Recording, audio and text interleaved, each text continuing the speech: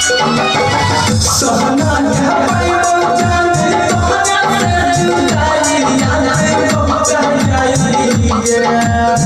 सहना क्या पाइबो जाने तोहरा से जुदाई याद बहुत जाई जब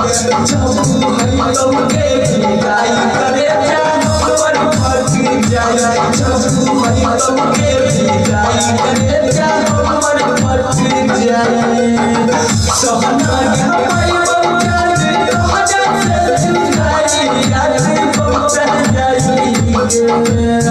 सहना क्या पाइबो जाने तोहरा से जुदाई याद बहुत जाई जब है तुमके विदाई करे जानो पर फट जाए जब है तुमके विदाई करे जानो पर फट जाए। डीजे अमित हमरा पहले चेक करना है